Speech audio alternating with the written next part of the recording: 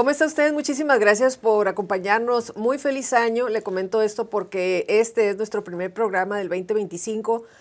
Todo el equipo del Poder Judicial le desea pues lo mejor para este año y finalmente pues lo principal que es salud. Entonces, ya después de esto, de esperar que se encuentre muy bien en este inicio de año y que permanezca así hasta el final, quiero compartirle que nuestro primer programa del 2025 tiene que ver con los juzgados especializados en violencia familiar contra las mujeres. Hemos abarcado el tema sí aquí en Poder Judicial Informa. Sin embargo, pues hoy nos vamos a otra parte de ese tema tan amplio. No sin antes agradecer a la Universidad Xochicalco por todo su apoyo a la carrera de Comunicación y Relaciones Públicas aquí en Mexicali. Muchas gracias por abrirnos la puerta a esta universidad, porque para el Poder Judicial es muy importante. Así es que quiero darle la bienvenida en esta ocasión a la jueza especializada de violencia familiar contra las mujeres, es Karen Paloma López Verde, a quien pues nos da muchísimo gusto recibir aquí en la cabina de Xochicalco en Mexicali. Muchas gracias, jueza, por estar aquí. Al contrario, maestra, muchas gracias a ustedes y muchas gracias a la universidad y feliz año para todas y todos. Muchísimas gracias. Empezar con este tema, usted que si me acepta el término ya está en la trinchera del tema, ya en caso, en audiencia, ¿nos puede compartir qué son estos juzgados? Lo hemos dicho, los expertos lo han dicho, pero usted también compártanos esa visión que tiene de qué son estos juzgados de violencia familiar que no existían en Baja California. Pues mire, para mí como persona juzgadora es un honor pertenecer a este modelo de justicia especializada. Somos en esta ciudad de Mexicali 2 personas juzgadoras, el juez Luciano es uno de ellos y yo, y a nivel estado somos 5 personas juzgadoras. Tijuana 2, también una jueza, un juez y una jueza en Ensenada.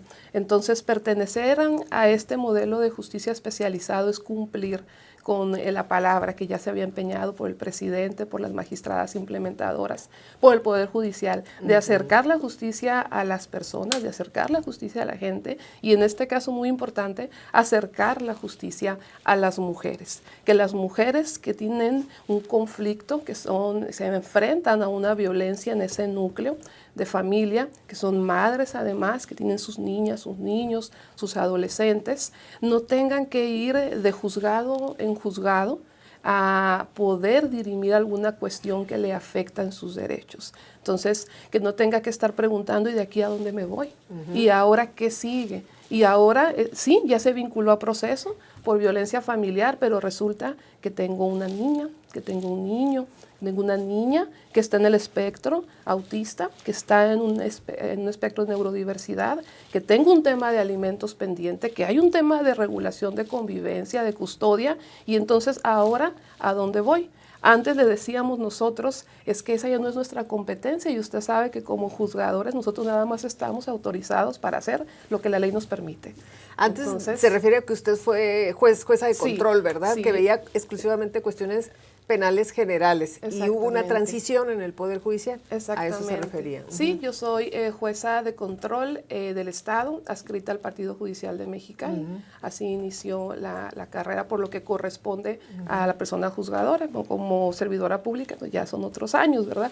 Son bastantes años de los que estoy orgullosa, pero sí como juzgadora inicié como jueza de control y hubo un proceso de selección para readscripción en su momento. Nos autorizaron como jueces especializados, recibimos una capacitación general, luego una muy específica, luego hubo el apoyo suficiente tanto de presidente del tribunal como de magistradas implementadoras para que fuéramos a Saltillo, para que viéramos de primera mano ese modelo, para que supiéramos de esas experiencias. Y entonces es a partir del día 28 de octubre del año pasado, noviembre, diciembre, apenas tenemos un par de meses que se ha iniciado la vigencia. Pues qué interesante e importante. ¿Dónde están, digo, no sé si se pueda compartir, dónde está ubicado el juzgado especializado en Mexicali? Resulta que estamos nosotros a un lado del Centro de Reinserción Social, está el Centro de Reinserción Social, hay 2 edificios, Centro de Justicia, que es el Centro de Justicia del Sistema Acusatorio, y a un lado están los juzgados que se conocían como los tradicionales, donde estaba adolescentes, que ya hubo un cambio, donde está el único penal. En ese edificio, en el primer piso, que en sí es contraesquina de la Plaza esta cachanilla. Muy Entonces, bien. por eso es que algunas usuarias han llegado y nos han dicho que fueron a hacer algunas cuestiones, algunos pagos, y caminando llegaron al juzgado. Ajá. Ahora bien, ¿nos pudiera platicar, jueza, un poco la dinámica de o sea, qué tienen de diferente estos juzgados? Las mujeres, ¿qué pueden esperar de estos juzgados? Porque entiendo que la puerta para entrar, desafortunadamente, tiene que ser una cuestión de violencia. ¿Es así? Sí, y como usted dice acertadamente, maestra, es la puerta para ingresar a la competencia, una resolución como jueza de control o como juez de control, persona juzgadora, para una vinculación a proceso. Hablamos de una violencia porque precisamente es un juzgado especializado. Precisamente es un tema de violencia contra las mujeres, contra sus hijas, contra sus hijos, en ese núcleo, pero eso no quiere decir que únicamente se atiendan ese tipo de delitos, ¿no? Esos hechos que la ley señala como de violencia familiar. Desgraciadamente tenemos una alerta de género, ya lo sabemos, es una pena para este Estado que tengamos esa alerta de género, pero también hemos sabido como Poder Judicial realizar todas esas estrategias que nos permitan poder atacar ese tema, ¿no? Entonces, a través de la presentación de la denuncia o del conocimiento que tiene una autoridad de un hecho que la ley señala como el delito de violencia, porque en Baja California es de oficio, a diferencia de otros estados, y de hecho es algo que nos aplauden mucho, sabemos que deriva precisamente de la propia alerta, pero hay ocasiones en que vienen de otros estados, se dan cuenta de eso y nos dicen, pues qué interesante y qué bueno, porque hablando de un ciclo, una espiral de violencia, entonces sabemos que hay veces que las mujeres no quieren presentar la querella en los estados que se requiere querella, pero aquí es de oficio. En cuanto una autoridad sabe de ello, entonces se tiene por constituida esa expresión. ¿Qué pasa con ello? Inicia esa investigación, si hay una flagrancia, digamos así, que sucedió en ese momento, esa violencia, me voy a enfocar a violencia familiar, por ejemplo. Entonces, en ese momento se inician las indagaciones, menos de 48 horas, nos piden una audiencia de control, tienen a la persona en ese momento asegurada, para que en la audiencia de control la persona juzgadora resuelva si ese control, esa detención fue legal. Entonces, una vez que se resuelve eso, le formulan imputación, piden ese uso de la voz. ¿Qué quiere decir con eso? Que le van a decir a la persona por qué está ahí, a la persona imputada. La formulación de imputación. Le dicen qué pasó, cuándo, dónde, qué significa eso que pasó, esa violencia física, ese lenguaje que insulta, que degrada, que intenta controlar, eso parece o digamos encuadra en la violencia familiar, porque la violencia familiar es esto. Entonces, en ese momento se le informa a la persona imputada, esa comunicación, ya sabe de qué se trata y por qué la Fiscalía inició la investigación. Después de ello, se respeta su derecho a declarar o a reservarlo. Luego piden la oportunidad para solicitar la vinculación a proceso. Ahí dicen qué es lo que se ha investigado hasta ese momento y por qué quieren continuar con una investigación, que son los efectos de la vinculación a proceso. Y entonces, si la persona juzgadora resuelve que hay razonabilidad y hay legalidad para que se le vincule a proceso, se formalice esa investigación, se le vincula a proceso. Y ahí comienza el enfoque diferenciado, ese enfoque especializado. ¿Por qué? Porque una vez vinculado a proceso la persona, pueden solicitar la Fiscalía, y digo van a hacerlo porque estamos hablando de violencia contra la mujer, medidas cautelares. Van a solicitar medidas cautelares, pero también solicitan en casi todos los casos, si no es que en todos en los que hemos vivido hasta ahorita, hablando del juzgado especializado, órdenes de protección. Y entonces estas órdenes de protección son aquellos trajes que dicen los estudiosos que están hechos a la medida de esa mujer. ¿Quién es esa víctima? ¿Cuántos hijos tiene? ¿Tiene una niña? ¿Tiene un niño? ¿En qué edad de esa infancia están? ¿Son adolescentes? ¿Van a la universidad? ¿Están estudiando, aunque son mayores de 18 años? ¿Tienen que pagar una mensualidad? ¿Es época de inscripción? ¿Están en un espectro de neurodiversidad? ¿Hay una discapacidad? ¿Qué está sucediendo? ¿Quién es esa mujer? Entonces, en ese momento, en las solicitudes de órdenes de protección, atento a la Ley General de Acceso, es ese derecho que tiene la mujer a vivir una vida libre de violencia, en el artículo 34 cuater, hay una disposición de todas esas órdenes de protección que pueden ser solicitadas. Y al final está una maravillosa que dice aquellas que se requieran. Entonces, para esa salvaguarda. Y ahí se puede, desde ese momento, pueden solicitar que se establezca el cumplimiento del alimento. O sea, no es que voy a infringir una competencia, que no, ahí la ley general establece ello. Puede asegurarse, es decir, se puede emitir una orden de protección para que se cumpla con ese deber de brindar alimentos. Y las órdenes de protección, pues para ser simplificados, son inmediatas. Son inmediatas y se tienen que resolver en ese momento y con esa información. Puede haber alguna otra orden de protección, son muchas, se puede haber combinaciones, incluso que inicie un programa de control de ira, de control de emociones, la persona imputada, todo lo que en ese momento permita que ese derecho que tiene una mujer a vivir una vida libre de violencia se garantice a través de los recursos con los que contamos nosotros. Pero, por ejemplo, jueza, una vez que se emite esa orden de protección, usted, por ejemplo, como jueza la emite o ¿quién le da seguimiento a eso? Bien, esas son una de las variaciones y de las ópticas especializadas que se han tenido por parte de las personas juzgadoras. ¿Por qué? Porque estas órdenes de protección nosotros mismos las estamos vigilando como personas juzgadoras.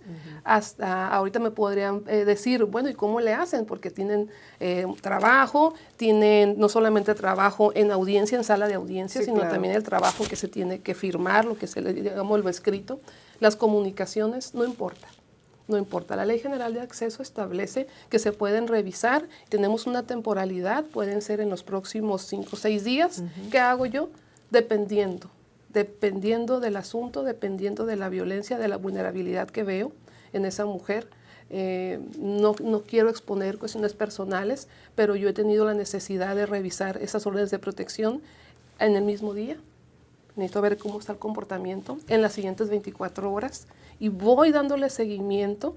A más tardar 5 días, 6 días, los vuelvo a ver y los vuelvo a citar.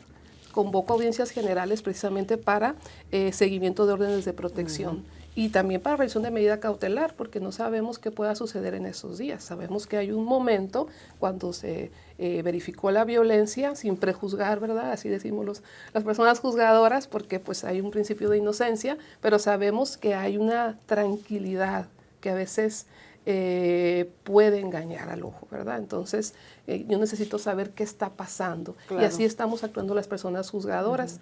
¿Y qué pasa cuando se emite una orden de protección en donde yo, por ejemplo, le puedo ordenar a una autoridad, por ejemplo, Escuadrón Violeta, que debo de reconocer el trabajo que está realizando, es un trabajo pulcro, respetuoso, en donde las mujeres me han hablado muy bien de la intervención de este escuadrón. Entonces, ordeno que se realicen visitas aleatorias, visitas a sus domicilios e incluso si yo veo algún factor de riesgo, entonces por la zona en donde vive la víctima, por el trabajo que realiza a la hora que realiza, a veces son operadoras, tienen que salir de su casa a las 4 de la mañana, a las 5, incluso se ha llevado a cabo un acompañamiento por parte del Escuadrón Violeta. Entonces, y el Escuadrón Violeta nos está remitiendo en todo momento informes con fotografías, que la casa está bien, que la persona platicaron que está bien, y eso nos genera esa seguridad también. Ahora, jueza, la cuestión es diferente. Habla usted de audiencias en este tipo de juzgados. ¿Quiere decir que usted está presente en cada audiencia? Sí. ¿Quiénes están ahí? Que nos platicara un poquito, nos describiera un poquito qué es una audiencia en estos juzgados especializados de violencia. Claro que sí. Aquí, sí o sí, todas las audiencias las preside la persona juzgadora. Las preside el juez Luciano, las voy a presidir yo en su momento. ¿Cómo está constituido en ese momento la audiencia? Está el encargado de sala, que es la persona que opera todos los aspectos técnicos y también tiene un enfoque jurídico. Está la fiscalía, está la víctima, está la asesora o el asesor jurídico y de la otra parte va a estar siempre la defensa y va a estar el imputado. Entonces, eso es lo que se ve en cuadro, digámoslo así, es lo que se ve en la audiencia, pero detrás de ello hay un secretario de acuerdos que tiene fe pública, hay una persona administrativa que también está a todo momento. La jueza está resolviendo oficio Escuadrón Violeta, están haciendo el diseño. La jueza está resolviendo o el juez está resolviendo un descuento directo hacia el empleador, están formateando todos esos oficios. La jueza está diciendo, porque ahorita les voy a compartir otra fase de la misma audiencia, la jueza está resolviendo que se haga del conocimiento de la víctima porque está presente el derecho que tiene a presentar en ese momento la demanda.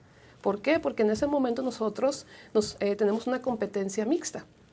Es la competencia que nos ha brindado el tribunal, el Poder Judicial, en donde nosotros vamos a resolver en ese momento lo que se deriva del hecho que la ley señala como delito, pero también tenemos la competencia de ejercer ciertos aspectos de derecho familiar, que son los 3 pilares: convivencias, custodias y alimentos. Entonces, si me las pidieron como orden de protección, eso no quiere decir, porque eso es inmediato, la orden de protección, de aquí se va con su orden. Y le digo a la víctima, denos por favor su correo o su número de WhatsApp si usted quiere, aquí se la voy a enviar y usted se va a ir a su casa con su orden de protección firmada y sabe quién la va a ir a ver. Entonces, pero aún así, terminando esa parte penal, le hago del conocimiento ese derecho que tiene a presentar la demanda en ese momento, que no tiene que ir a otra persona juzgadora, no tiene que ir a un juzgado familiar, aquí mismo la puede presentar y se puede abrir la parte familiar en ese momento, que la podemos denominar la controversia de orden familiar, que como jueces especializados con competencia mixta podemos nosotros ahí realizar. Bueno, ya por último, jueza, en este caso de la experiencia, sé que son poquito más de 2 meses, un caso si puede compartir características, es decir, ya ha tenido una audiencia donde usted resuelve lo del delito, pero también la otra parte, ¿y cómo se ha ido esa mujer? ¿Cómo ha sucedido? El mismo día, me imagino, a la hora de la audiencia, se resuelven todos esos aspectos. ¿Ha tenido casos así? Sí, ha habido varios, desde un inicio iniciamos fuerte. Hay mucha necesidad en Mexicali. Tenemos la alerta, por algo la tenemos, desgraciadamente. Entonces, un asunto que nos marcó, que aunque está en substanciación, no voy a decir nombres, voy a un poquito nada más generalidades, nos pidieron una audiencia para inicial, por cita, no con detenido, por cita. Entonces era por tema de violencia familiar. La convocamos, aquí convocamos inmediatamente, nada más damos tiempo de notificación. Entonces la convocamos con los apercibimientos de ley y en esos apercibimientos está que si la persona va o no va, el imputado, el juez va a resolver lo que tenga que resolver la persona juzgadora en relación a órdenes de protección. ¿Qué quiere decir con esto? Que yo no me voy a esperar a girar una orden de aprehensión para proteger los derechos de la víctima. Entonces, ¿qué pasó? No compareció.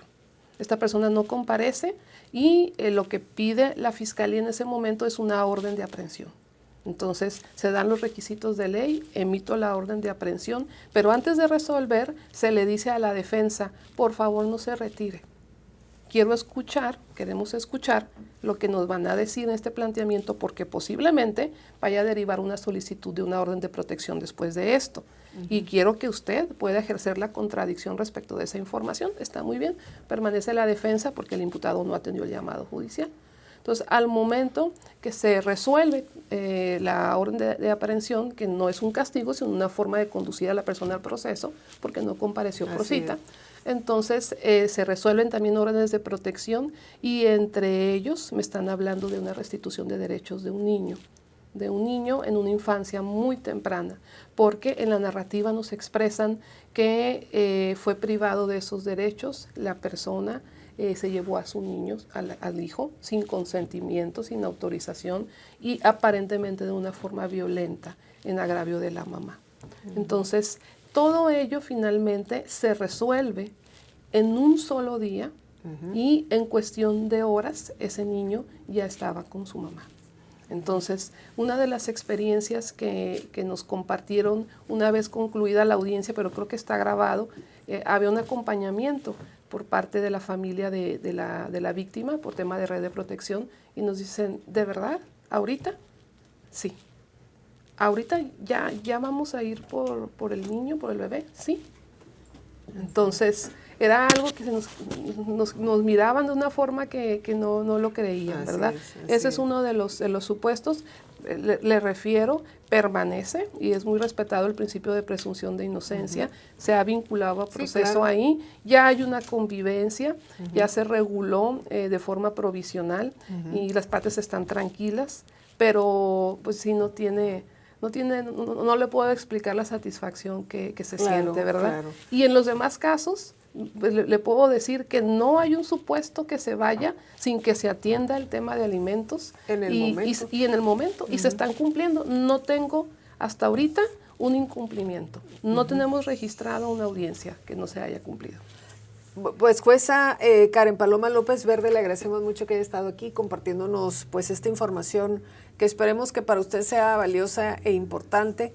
Los juzgados están funcionando en el estado, empezaron en esta primera etapa en Mexicali, Ensenada y Tijuana.